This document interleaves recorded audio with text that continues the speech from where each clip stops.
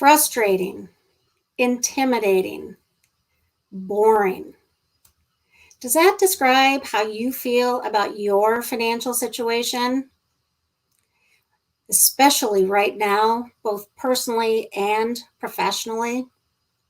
Personally, you've been watching your account balances bounce around dramatically.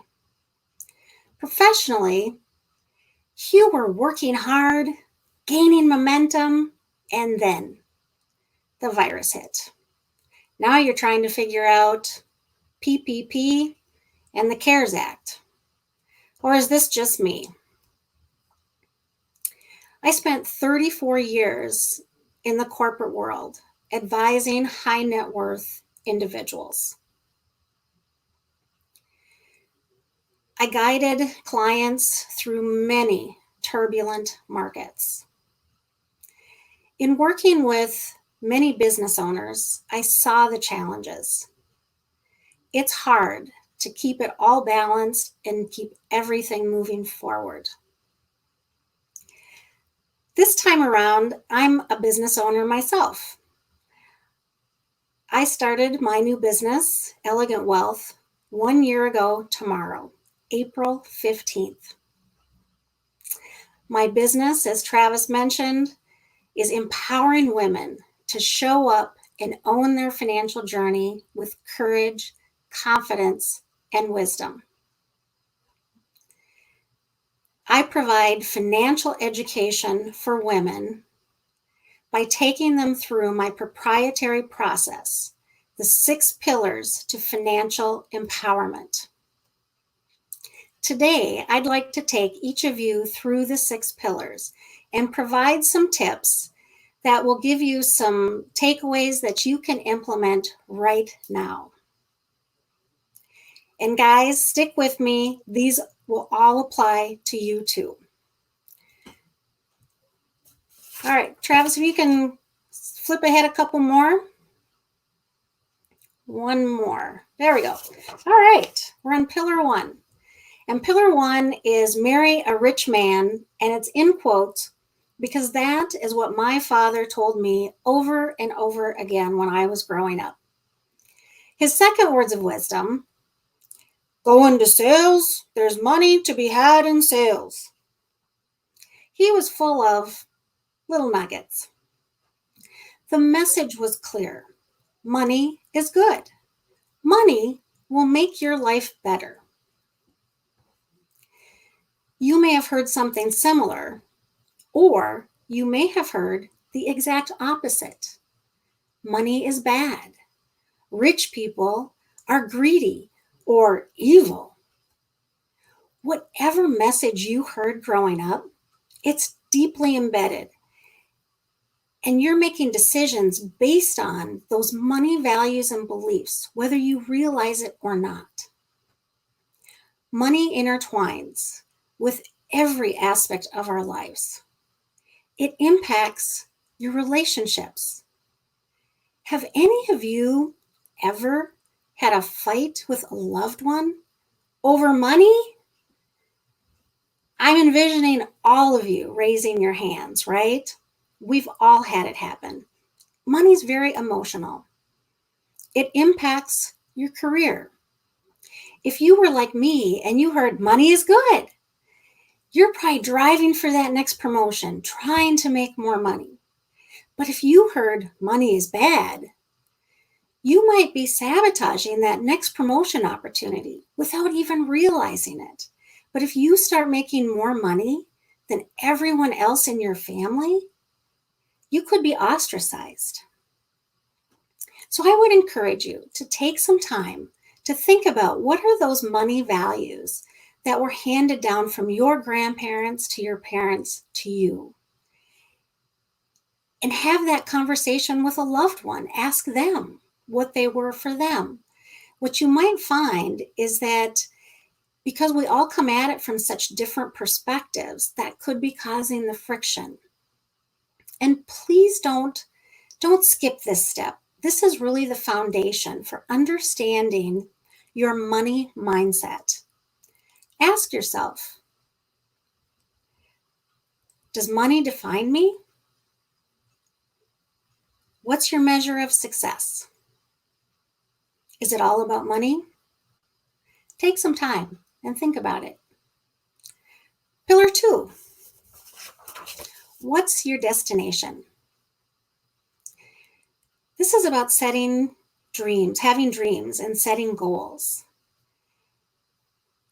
And we all have those dreams and goals. And so spend some time thinking about what is it that you want your life to look like 10 or 20 years from now. And I know some of you might be thinking, I thought I was living the dream and now it feels like a nightmare. I know it's challenging right now, but still stop and think about your dreams. Maybe you have a dream of writing a best-selling novel, and then set the goal of you're going to have that published within the next 2 years. And then set little smaller, bite-sized steps of every day I'm going to write for 15 minutes. So spend some time thinking about what those dreams are and what those goals are. And then talk to a loved one and ask them what their dreams are. And are you guys rowing in the same direction? Are you looking for the same dreams? Can you support each other's dreams? So have that conversation. Take the time. Pillar 3. Pillar 3 is planes, trains, and automobiles. So I know at some point we're going to get to travel again, and I'm looking forward to that, and I'm sure you are too. And when we do, when we book a flight, we're going to need to know not only our destination, pillar 2, but our starting point, pillar 3. And in financial terms, your starting point is your net worth statement and your net worth. And so to get to that number, you want to take your assets, what are all of the things that you own, your liabilities, subtract out your liabilities, who do you owe money to, how much money do you owe? That is your net worth. And this is really just a point in time. And again, some of you might be thinking, well, I can see our liabilities right now, but you need to know where you're at today in order to move forward and to really have that goal and to start building that wealth and to understand what it is you want to achieve with that wealth. So take the time to create a net worth statement if you haven't before. Pillar 4, treasures, promises, and fun. I like to say in our classes, we don't use the B word, budget. It feels so negative. It's kind of like a diet. I kind of put budget and diet together. They both feel like I'm getting punished. And so I don't really want to use that negative terminology. So we talk about it in the terms of tomorrow's treasures. What are you saving for the future? Your past promises. What have you already committed to pay for? Your mortgage, your car payment. And then whatever's left over is for today's fun. And so looking at it in a slightly different perspective, I think, is valuable to make it not seem quite as negative and pessimistic. And so what I would encourage you to do is take a look at your credit card charges right now, just some simple steps to look at your spending. How are you spending your money? Look at subscriptions. I did this a couple weeks ago myself, looking at subscriptions and, do I need them all? Am I actually using them? Are there some that I might have even forgotten about? Possibly. Don't want to admit that, but sure there are. So just take a little bit of time, and you might want to enlist other people, whether it's people in your family, enlist them to look at what they're spending and see if make a game out of it and figure out who can come up with the most savings. The same with your employees, maybe have a prize for, who comes up with some of the best ideas. So, take a look at how you're spending your money. Pillar 5, the perfect outfit. So I've created an analogy that looks at your top is representing stocks. Your bottoms or your pants represent bonds, the cover your butt portion of your portfolio. Certainly not without risk, but typically more stable. And then your purse is where you carry your cash. And it goes a little bit deeper than that, but for today, we have limited time, so I'm going to be briefer. But what I'm trying to do is really help people connect the dots so that when they meet with their advisor, they're starting to understand some of the terminology that's being used, the lingo. I had a woman say to me a few weeks ago, I don't speak the speak. It's all Greek to me. So I disengage. That's what I don't want to have happen. I want people to be engaging around this. You can't save your way to retirement. Your savings account is not going to help you get there. You're getting paid almost nothing to save. You have to invest your way to retirement. So learn about investments. So right now, take the time to maybe read a book about investments, to listen to some podcasts. There's really great resources out there. So spend some time and learn the terminology and the lingo and what it all means. And for business owners in particular, what I have often seen is we love our businesses, right? I get it. It's your baby and you want it to succeed. And so you push everything you have into the business. But what happens when an event like COVID-19 takes place and you're at the cusp of your retirement? It can be challenging. And I've seen this strategy work really well, and I've seen it work not so well. So I just would really encourage you to think about diversifying your assets, diversify into other investments beyond just your business. Pillar 6. Pillar 6 is giving the best gifts. And this is about investments or estate planning and insurance.